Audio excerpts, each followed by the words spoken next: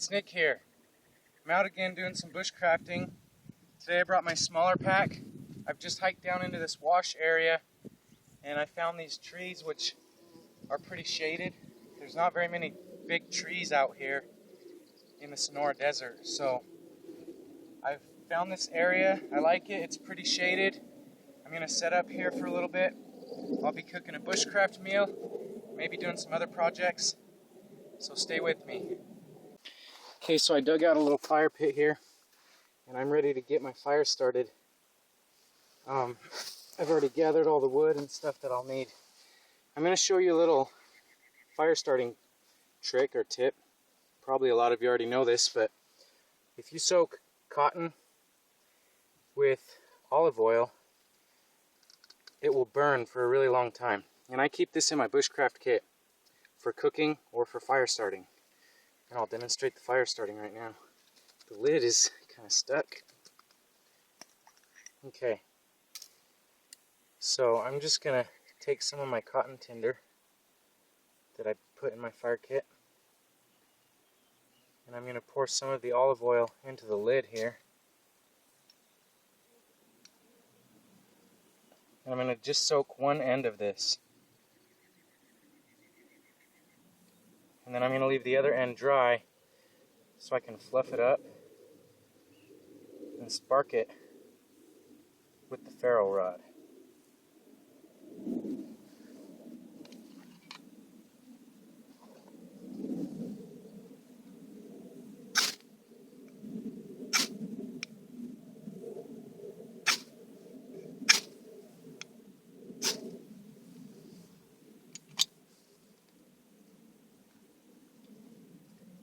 Okay, now with that olive oil in there, that's going to burn for a good long while. I'll put that down in my fire pit and then get my small stuff burning.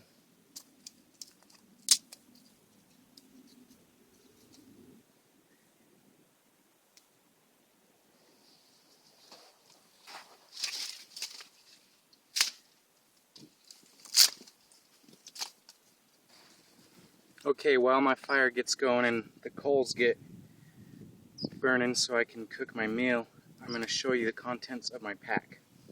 So this is just a cheap Walmart pack right here. It's a small, like a day hiking pack. And I brought it. It's pretty small. That's what I like to use sometimes when I go out just for shorter trips, if I'm not staying overnight, because it's lightweight and I can fit everything I need in it.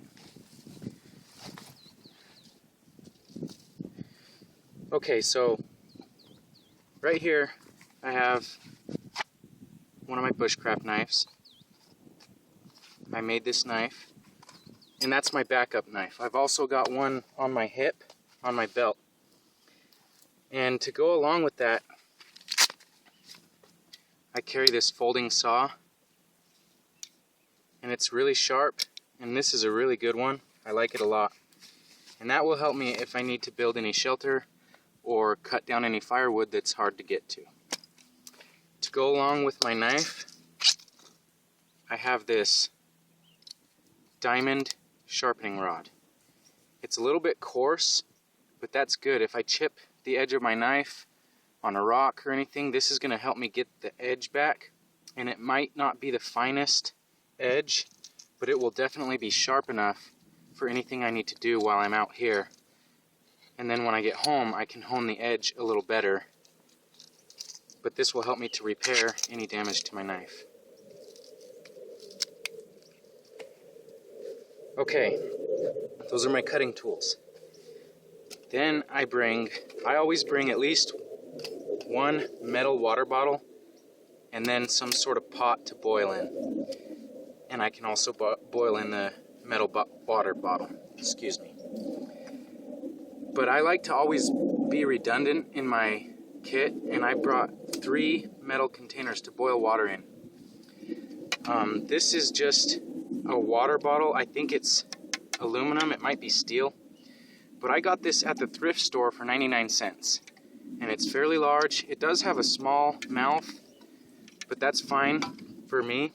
And I could definitely boil water in this to disinfect it. Then I have this one that I got from Walmart for $5, brand new. And I've already boiled water in it and used it a few times.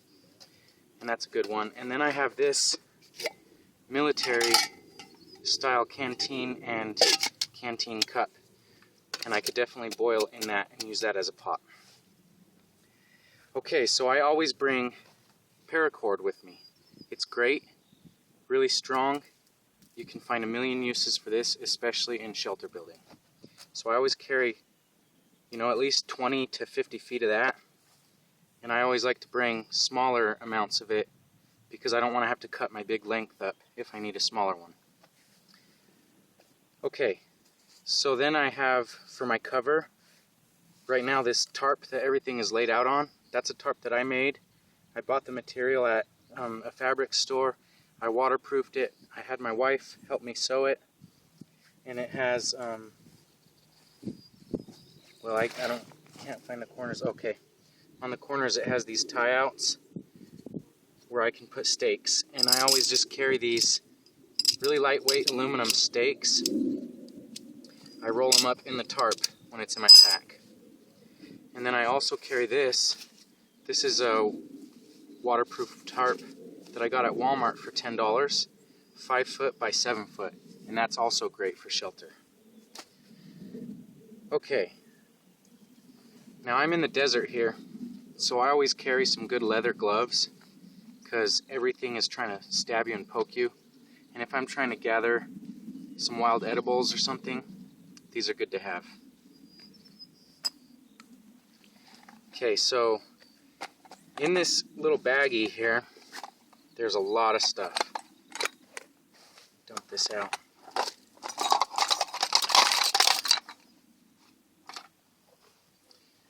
So I have an extra bandana, always good. You can make char cloth, you can gather wild edibles and keep it in here. Some toilet paper if I need to go to the bathroom. Vaseline, I can use this on my lips. If I have chapped lips, I can, this will definitely help with fire starting. There's many uses for Vaseline. Okay, then I have my fire kit. This is an Altoids tin with some cotton tinder. I do have a large needle duct taped to the inside of the lid there for repairs to my gear. I have a stone char cloth, piece of hardened steel for striking against the stone to use with the char cloth. I have a ferro rod and a Fresnel lens for solar ignition.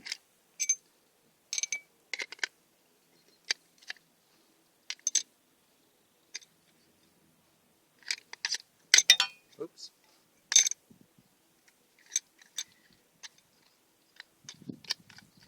And I keep these large rubber bands over that to make sure I don't lose anything.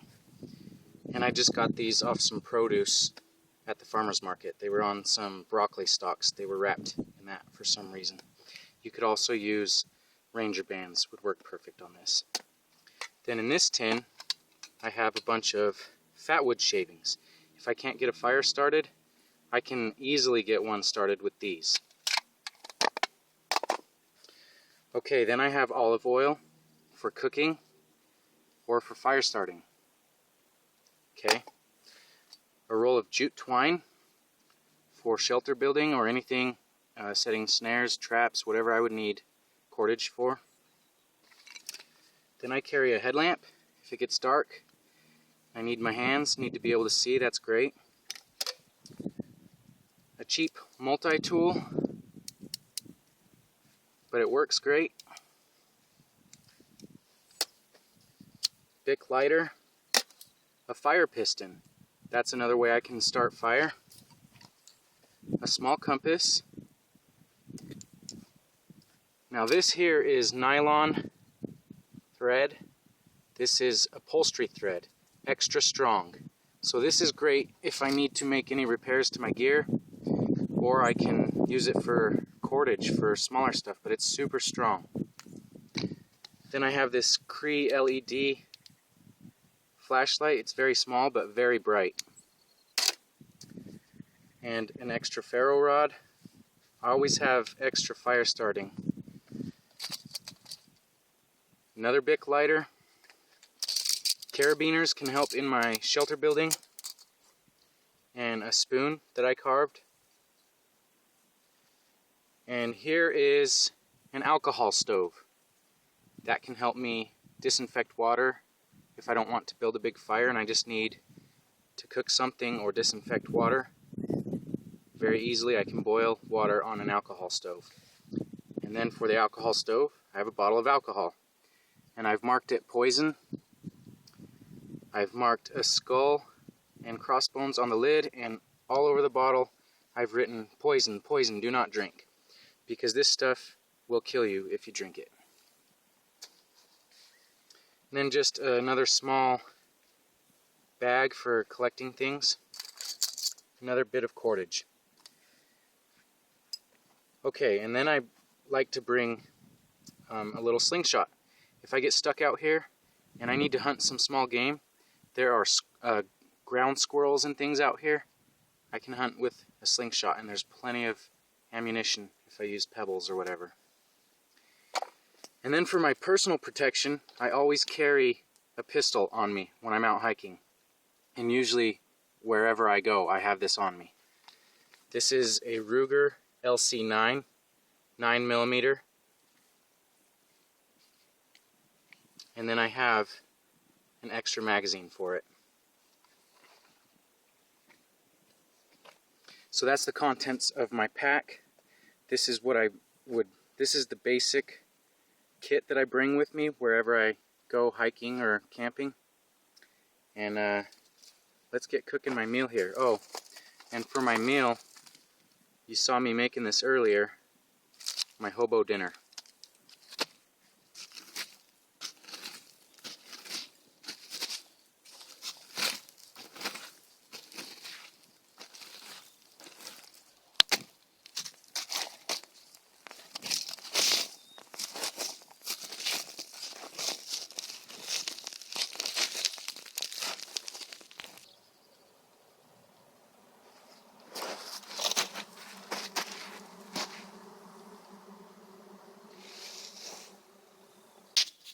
Whew, that gave me quite the fright.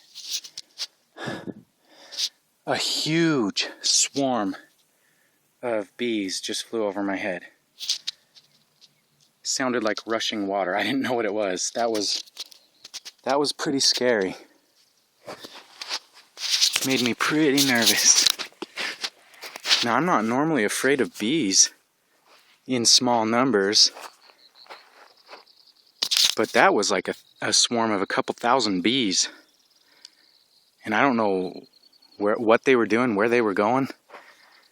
But out here, the bees are Africanized, and they are mean. And they'll kill you. African bees will swarm you to death. So that was pretty scary right there. Woo, kind of got my heart pumping.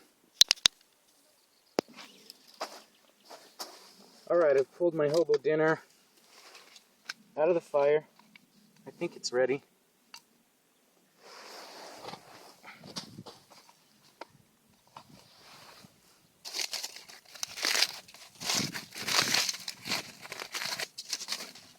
Okay. Oh yeah. Spoon. This smells delicious. Just potatoes, carrots, onions, and mushrooms with salt and pepper. I didn't want to put any meat in it because I didn't know how long I would be hiking before I could get a fire started or whatever. I didn't want the meat to get rotten or go bad and leak juices all through my pack, so I just put vegetables in here, which is fine. It's healthier anyway. Some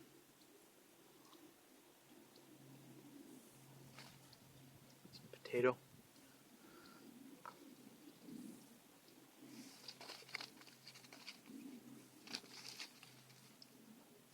Mushroom. Oh, the mushroom is so good. A lot of my friends don't like mushrooms. I don't know why. They're so good. Cooked mushrooms, raw mushrooms, I eat them. I love mushrooms. Okay.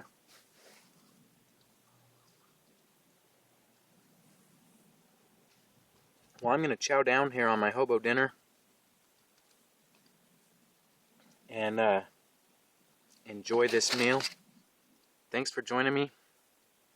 I'll be back soon with another video.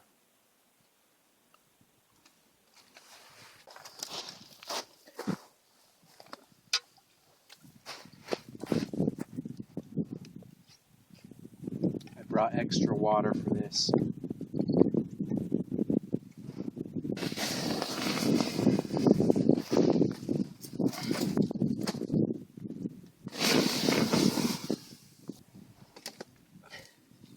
If I was in a survival situation and I was low on water, I wouldn't be doing this. But I brought extra water just for this purpose.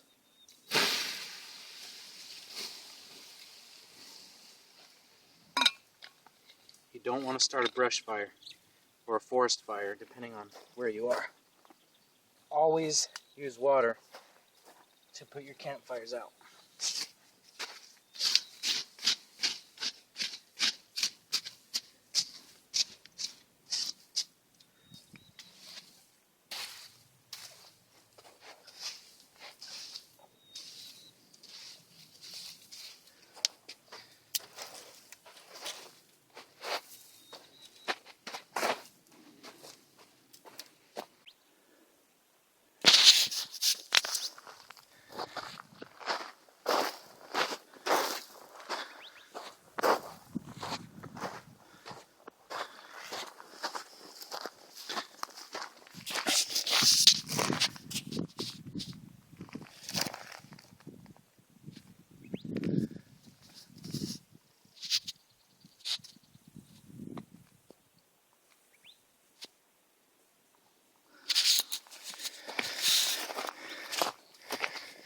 Desert is actually a beautiful place.